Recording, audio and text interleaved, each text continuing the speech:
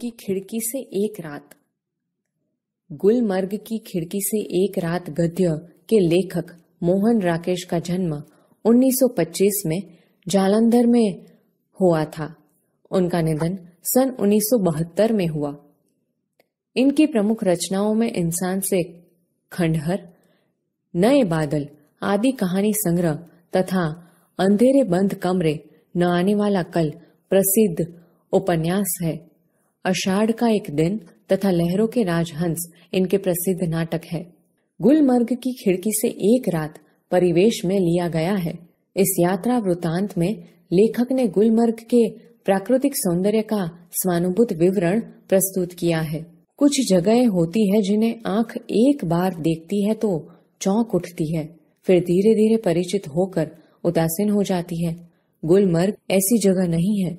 जब मैं पहली बार गुलमर्ग गया तो मुझे वहां कुछ भी असाधारण नहीं लगा। एक खुला सपाट मैदान, देवदारों के घने झुरमुट और बस। तब मैं घंटे भर में सारा गुलमर्ग देख आया था, मगर बाद में महीनों वहां रहने पर एहसास हुआ कि पहली बार तो क्या, बाद में भी कभी उस स्थान को पूरा नहीं देख पाया। उसे पूरा कभी देखा ही नहीं जा सकता। शायद यही कारण है कि गुलमर्ग में रहकर वहां के साथ व्यक्ति की आत्मीयता धीरे धीरे इतनी गहरी हो जाती है कि वह अपने को भी उस सपाट मैदान के एक हिस्से के रूप में ही देखने लगता है। कांपती तितलियों, उठते बादलों और बर्फ से चमकती पहाड़ियों की तरह। दूसरी ओर वह पूरा विस्तार जिसमें वह स्वयं भी रहता है, उसे अपने में समाया सा लगता है। सूर्योदय और सूर्यास्त, दोनों संध्याएं, घना कोहरा, पीली धूप और सब कुछ। इसलिए जब व्यक्ति गुलमर्ग में चलता है तो एहसास होता है अपने से ही बिछुड़ने का, अपने उस रूप से जो कि इतना परिचित होते हुए भी सदा अपरिचित बना रह जाता है। गुलमर्ग में सपने फूल बनकर उगते हैं। हरियाली के आर पार, लाल लाल छतों के ऊपर, आकाश में आंखें मुग्ध होकर देखती रहती है और फूलों में नए नए रंग भर जाते हैं।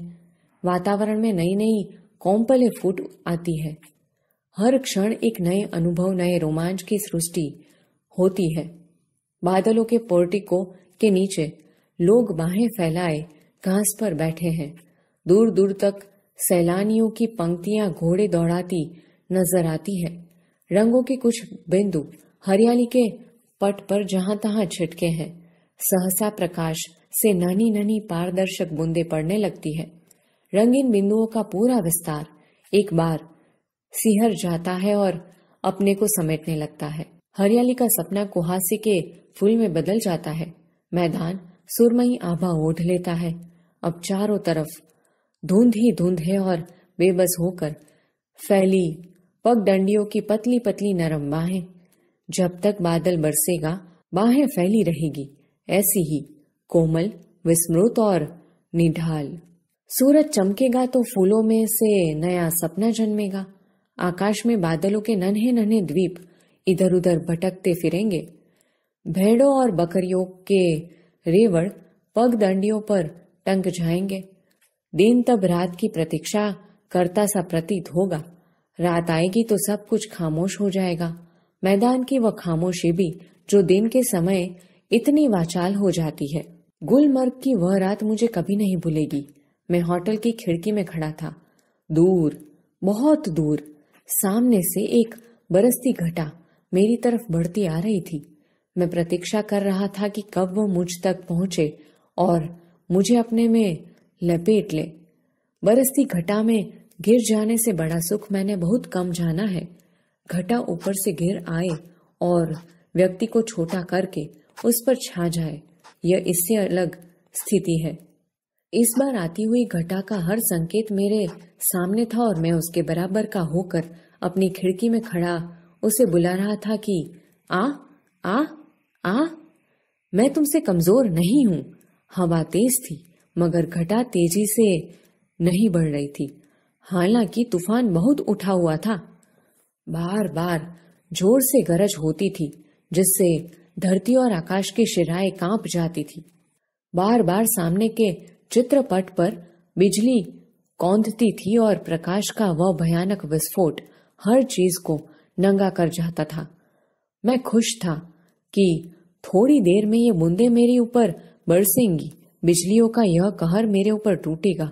मैं बाहें फैलाकर सामने से उसे अपने ऊपर लेने के लिए तैयार था, मगर अचानक हवा रुक गई। बढ़ता हुआ तूफान जहां का तहां ठिक गया और दूर ही पर कटे पक्षी की तरह दम तोड़ने लगा। बिजली की सांस रुकने लगी और मेरी भी, क्योंकि हवा के रुक जाने से मुझे भी बहुत ऊंचे आसमान से नीचे आना पड़ा था। तूफान का झोंम उतर गया और उसके साथ ही मेरा भी। मैं उसके बराबर का कभी नहीं हो सका। वे ऐसे क्षण थे जो जीवन में 2-1 बार ही आते हैं। गुलमर्ग में रहते हुए ऐसे क्षण हर किसी के जीवन में किसी न किसी रूप में अवश्य आते होंगे। तभी तो मुद्दत तक वहां रह चुकने पर भी कोई आकर्षण व्यक्ति को फिर खींचकर वहां ले जाता है। वरना वहां है क्या? एक खुला सपाट मैदान जहां ज्यादा गोल्फ खेली जा सकती है। व्यक्ति क्यों बार बार यहाँ जाना चाहता है? क्या गोल्फ खेलने के लिए ही?